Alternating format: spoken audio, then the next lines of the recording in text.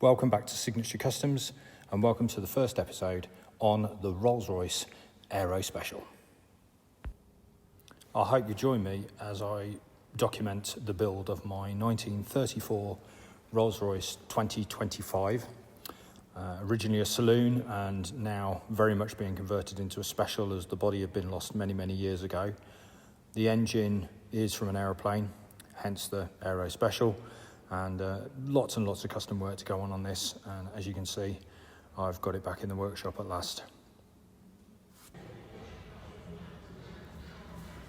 As soon as it was back in I just wanted to do something, as I guess everybody understands. There was a bit of wood which must have formed part of the underside of the body at some stage, which was full of woodworm, so got rid of that, undid the brackets and just kept everything, the brackets, the bolts. I do that on pretty much anything and everything. It's just not something I do is throw stuff away. It's probably the reason why I have 6,500 square foot of workshop full of stuff, but there we go. So today's the first day of really having the car here. I've spent the day making some space for it in the workshop and just generally having a little bit of a look and see. I've taken the wood off that's on the sides here, which was just literally bolted through on these brackets, so you know they've gone, and there was a seat come with it, so obviously I've sat a seat in it and sat in it and made brum noises as you'd expect. One of my concerns with the car is what way the prop in effect goes. So to my mind the prop should go clockwise at the back and therefore would drive ordinarily like a normal car, and I'm just wondering whether I've got to reverse that. So I've had a little look at that today. So the starter's right down the front here. I am going to have to move this because it's so close to the steering. So I'm going to come off the flywheel, I think, when we've got a flywheel installed at the back. Obviously in the plane this would have been at the back at the top. Now it's at the bottom at the front, and it's very close to the steering arm, which I don't like for starters. I'd also quite like to move the engine forward a little bit, just in proportions. I don't know how much you can see because obviously I'm filming on a phone, but the engine just looks a little bit far back to me, and that means that the seating position is massively back as well. I think I'd like the seating position a little bit further forwards, and if I can generate some space between what will be the flywheel and the diff, that allows me to get a gearbox in there obviously, and also I'd like to put a transmission box in there, sort of thing that changes from 1 revolution to maybe 3 or something, because the engine will go at 1500 revs tops. The supercharger is going to be completely superfluous. I mean, that will never really kick in, and although I've sort of toyed with the idea and I've been advised that maybe the supercharger is a good idea to go, I actually really like the idea of the supercharger, just for the noise, apart from anything else. So what I'm going to do is I'm going to mark the flywheel at the back.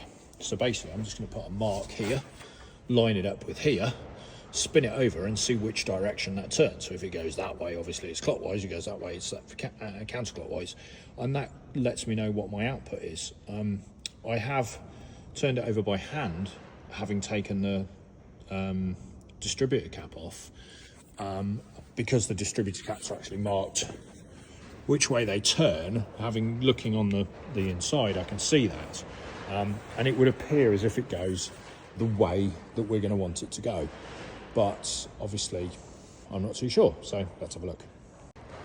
So at some point I'll get some tripods sorted out so I can take pictures while I'm filming, but as I'm sure you can imagine, I'm pretty keen to do something. So I'm just going to put a mark here and a mark there. Obviously nothing rocket sciencey, we're just looking to see whether it turns left or turns right. Simple as that. I'm sure the keen-eyed would have noticed earlier that there's a battery connected up and a couple of jump leads. I thought it prudent to check it works before filming it all.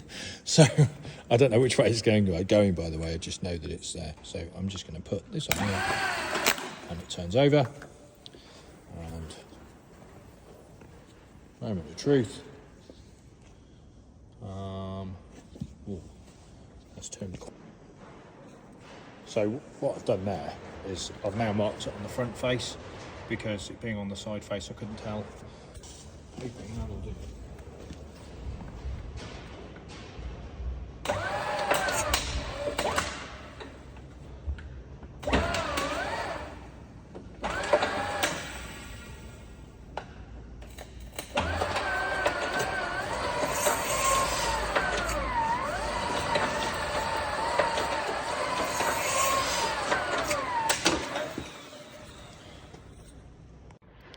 So that's a bit of a, I think that's a bit of a pain in the arse really. We're going the wrong way, is the bottom line. The turning of the engine when it's running is going to be going counterclockwise, which is the opposite way to the way we want. So that gives us something else to think about. It was what I thought, but I just thought I'd double check.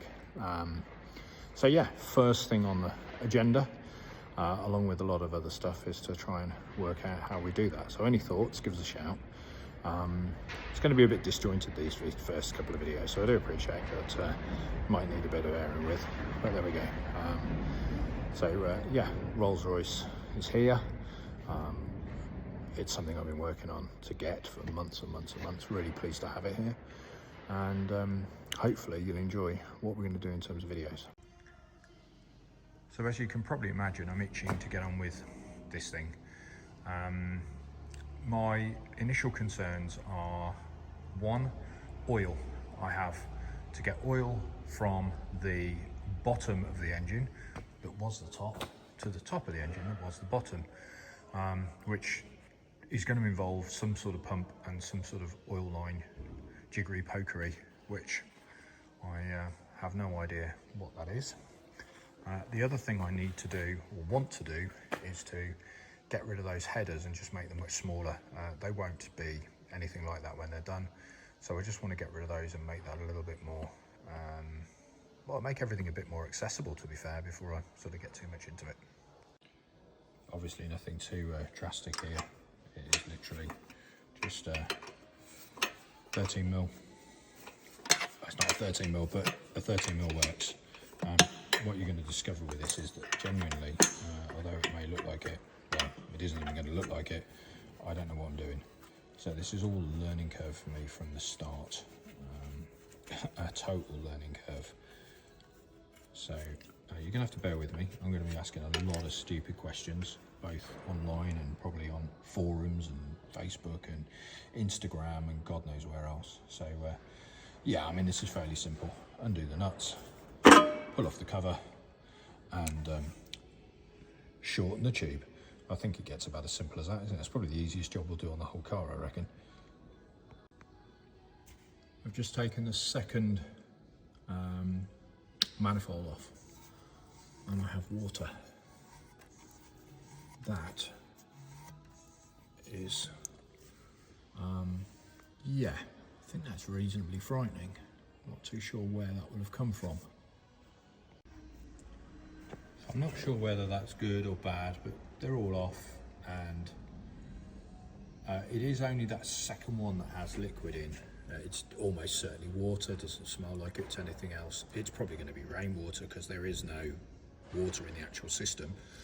So yeah, anyway, as you can see, that gives loads of extra access, which is good.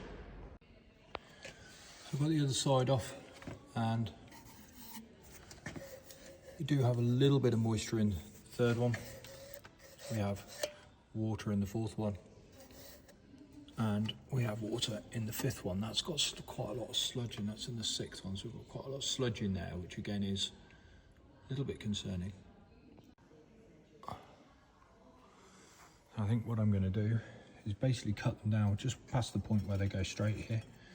I'm just going to cut maybe a centimetre past there. It will literally just get them out of the way, give us some sort of header. I mean, at the end of the day, I guess we'll probably come out quite straight off the side, but we'll see how we are. So I've managed to shorten these. I've given them a bit of a clean up with a Rolock disc as well, which is something I use a lot. So they're not they're not perfect by any means.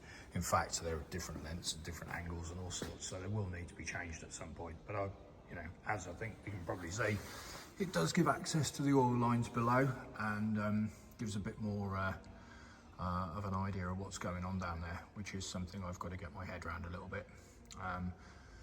Yeah. What I'm going to do is carry on doing the others, because the other side's there, won't bore you with that.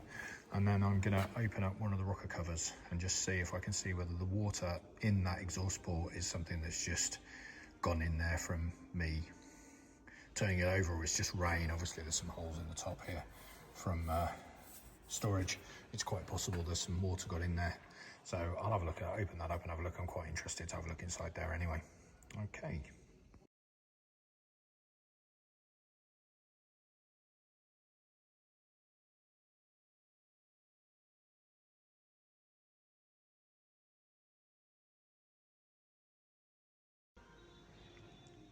All of a sudden this looks rather cool. So I've taken the rocket cover off. I don't really know what I was expecting to find, to be honest, but cam is driven here off the crank, obviously. Comes up very similar to a Merlin. All these bearings are looking really good, so that's really, really good indeed. We've got the cams, obviously. Again, they're looking really good. They're all on little rollers, which again is a little bit unexpected. Simple adjustments, which again is good. That's good in my world. So yeah, it sort of stands to reason that there would have been potentially water in here, just because there would. So I'm not massively disappointed in the fact that I found some water in the exhaust valve. This down here is the pump, the scavenge pump. So this would have been upside down. So this is the scavenge pump, and the distributor as such, the cap runs off the end of the cam, and they run in opposite directions. So when I first looked at this, I took this side off, the right side here, looked down it from the passenger, from the driver's seat, and it rotated the way I sort of expected it to do if the vehicle rotated the right way, if the engine rotated the right way. But having looked online, very similar to an ME109, the Daimler-Benz 601 and 605, etc. They run, one runs one way and one runs the other, so that all the timing works. So yeah, I'm trying to find as much information as I can on these things. But yeah, I'm sure you'll agree, that looks pretty cool. The other thing that's really quite shocked me, for aluminium even, is just how light this is. I mean, it really is super, super, super light. So that's quite interesting. So I think this is probably made from duralium, the same as, again, the ME109 engine. So I think it's probably made from duralium, which is a mixture of aluminium, copper and magnesium. So yeah, very lightweight. I don't know how you get on trying to do repairs on it, but there we go. That's another day, another question. But my gut feeling is that we've probably got water in, because there was a lack of there's a lack of sealant on here. There's a lack of nuts and bolts in there, apart from anything else. So my gut feeling that water's got in while it's been stored, and it just happens to be that it's sat in the various inlets. I don't know whether we can see inside there. No, I'm not too sure whether we can, but I think it's just sat in that big hole there, to all intents and purposes. And as I've turned it over, because obviously I wanted to turn it over to see whether it turned over, because if it didn't, it's a very expensive paperweight, to be quite honest. So yeah, that would make sense. I have no idea whether there's anything on the inlets. Again, there's certainly some damp in the inlets, so again, that would probably indicate the same, that there has been some moisture in there, probably water coming in from the top, so or even condensation, I suppose. So maybe we'll get around to cleaning those up at one stage. hope you can see that I am really just starting out on this little journey. We're trying to record stuff and I'm not very good, I think it would be fair to say. So there we go. So I've just done exactly the same on the passenger side. Don't know. Left side, if you look at it from the back. In fact, these are labelled somewhere. So from now on, this is the left side. It has a little L in there and a little R in there. So left side is the left-hand side as I look at it. So again, all the teeth look good. Everything looks really quite nice in here. There's nothing nasty at all. The only tiny bit of corrosion is that there. I'm not at this point going to disturb the valves because I just don't think there's any point. I might just get in there and clean that up a bit just to basically do that, but can't see any point in disturbing it other than that. As I say, the biggest thing I've got to sort out is the oil, because I need to get oil up here when basically the oil was removed from here in the first place. So I've got to try and work out how the oil comes from inside the rocker cover here, goes into what is essentially a scavenge pump. So what I've almost got to do is reverse the scavenge pump so that it's sending it up here. It would be really nice if it sent it through the really nice if it sent it through the shaft. At the moment it goes, at the moment it would be pumped from here up here, and then that end scavenged it. So that's your sort of return. So I need to sort of get that the other way, but obviously I can't reverse the cams. So yeah, any thoughts, give us a shout, comments and all that sort of stuff. Please be kind to me. As I say, this is a very new venture for me, although I build cars and I built quite a few for myself. I've never really got into something like this. So it's all a big learning curve, and any help is appreciated. Just going to touch on the engine as it's sat here. So the engine itself is a Ranger. It's a 770 Fairchild Ranger Aircooled V12, originally inverted. So what that means is that originally the propeller, which is here, or was here, this thing here, was at the front, as you'd expect on an aeroplane. The rockers were on the bottom and the sump was on the top. Originally, the inlets, which are in the groove now, so the inlets would have been on the outside where the exhausts currently are, and vice versa.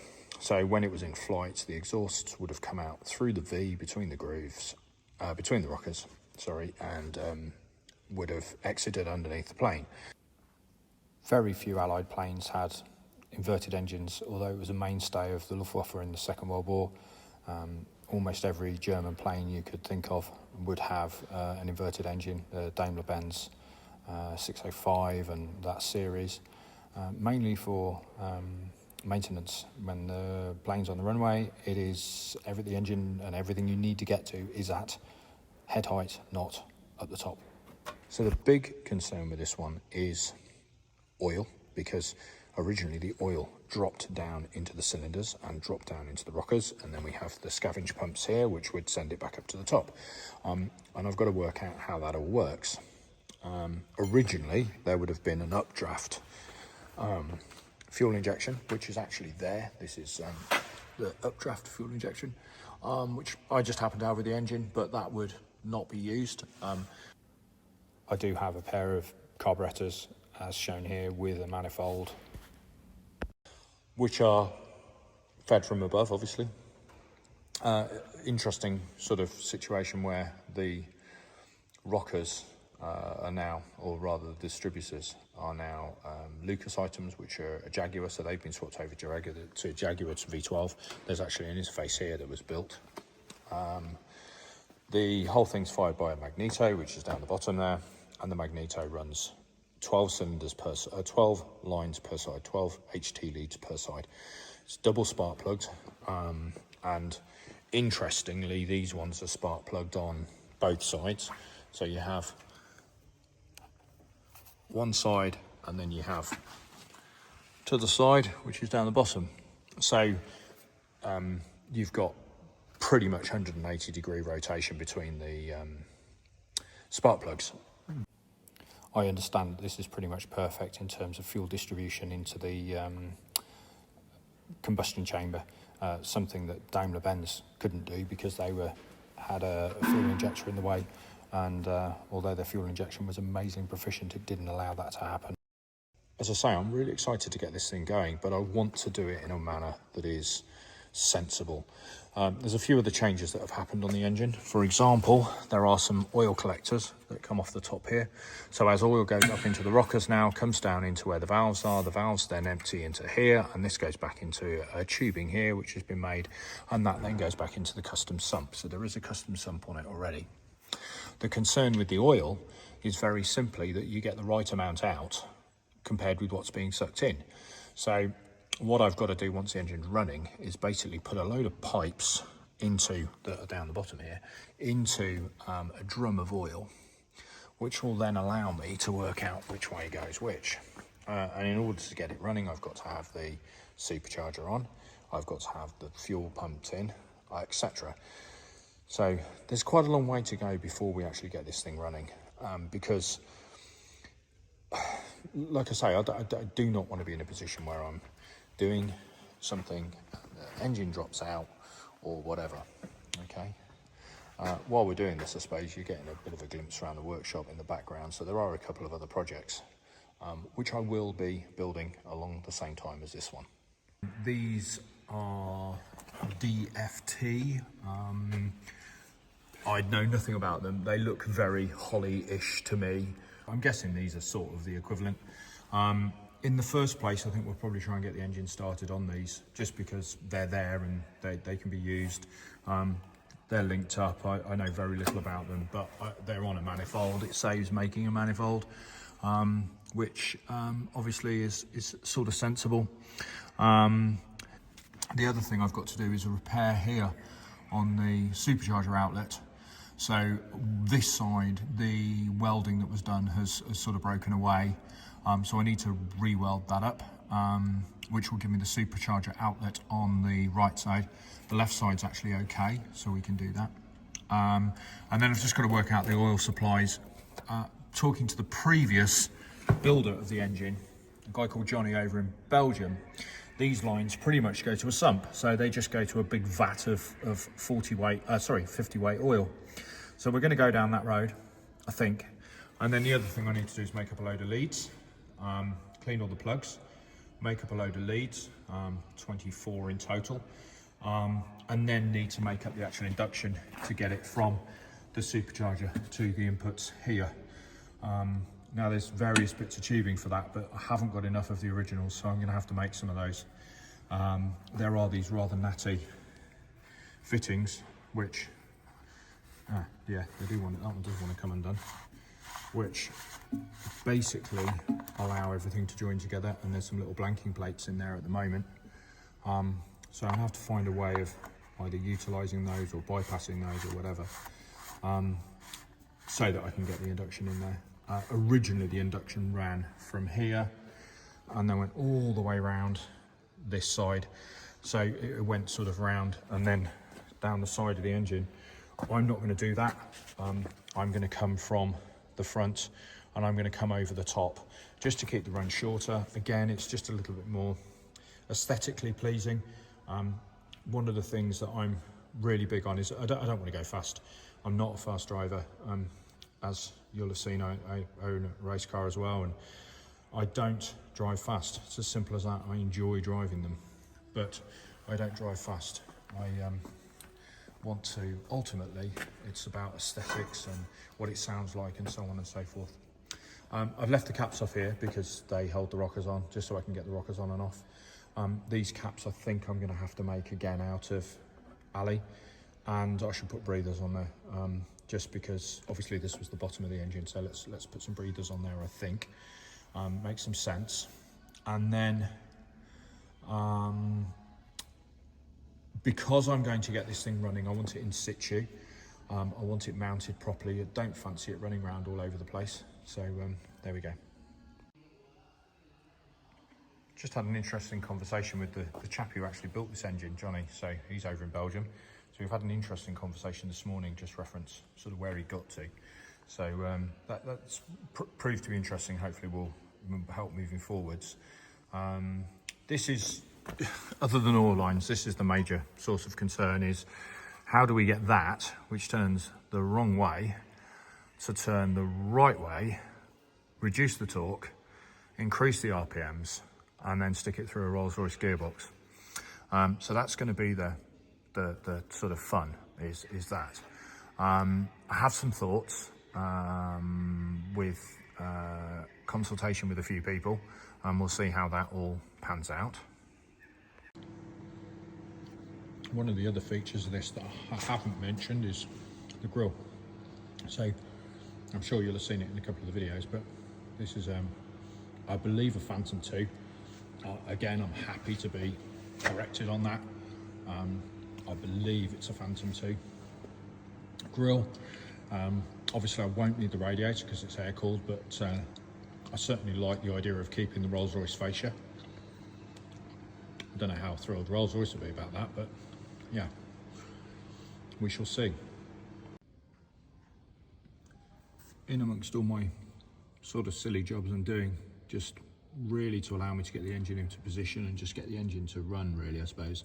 I suppose that's the ultimate goal, isn't it? Let's get the engine running. The bar between the front wheels, the steering arm, if you like, probably isn't the steering arm, I can't think what it's called, is slightly bent. It's also in the way of the starter motor, and although I will be removing the starter motor and relocating it onto the back, and hopefully running some sort of alternator pulley off the front, I want to get the bar off so that I can physically move the engine into the position I want, and also go on from there. So this is the front end. It's quite elaborate, really. There seems to be a great big bolt on the end, or nut on the end, and then there's 3 pins that go through, one of which I think is a taper pin that goes through the center of the bar, and the other 2 are clamps. So we're going to remove these and go from there, really.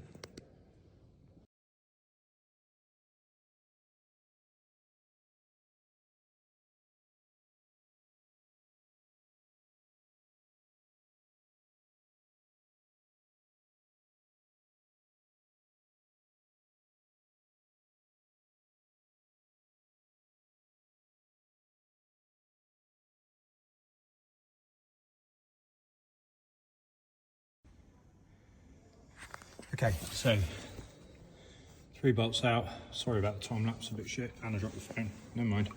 And then this is a more load. Just pulls out of here.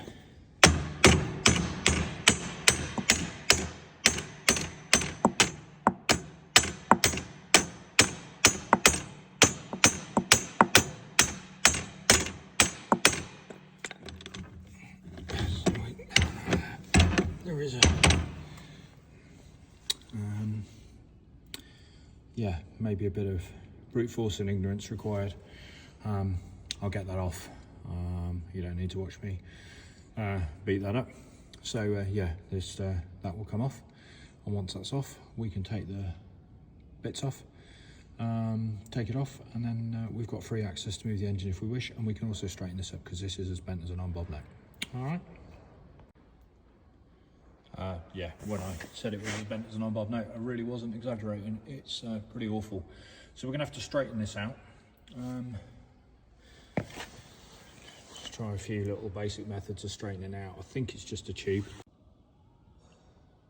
Now I've taken that front member cross member out, steering, drag link, whatever you want to call it, out. As you can see, there's now space for the engine to move forwards and the starter motor to move forwards, so we don't have any interference there. So we can probably move forward another 6 inches now. I will take the starter motor off at some point and mount it on the back when I get that sorted. I've kept things like this, which are the little covers for the joints at the front. I shall remake those because I just think those are quite nice. So the next thing to do is to move the grill shell or radiator, which won't be needed, so the grill shell will be emptied. There's lots of room now at the front, so that allows plenty of access to move the engine forwards and still be able to rotate it, which I want to be able to do off the starter at this point. I'm going to attach the carburetors because they're not currently attached, so I'll get that done and yeah, go from there, and then I can start moving the engine, which I don't know quite how heavy it is. I'm guessing heavy, but I'm not too sure because it's all durallium and so on, so I'm not too sure on that one. This is going to be interesting. Obviously I won't be picking it up with one hand, but there we go. So next job on the agenda is to move the engine forwards a little bit. So we took out the steering joint, that's gone. So now we need to move the engine forwards, pick it up, drag it forwards. So you'd think, obviously not, because there's a load of wiring in the way.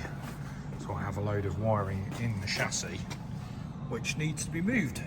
So that is the next job.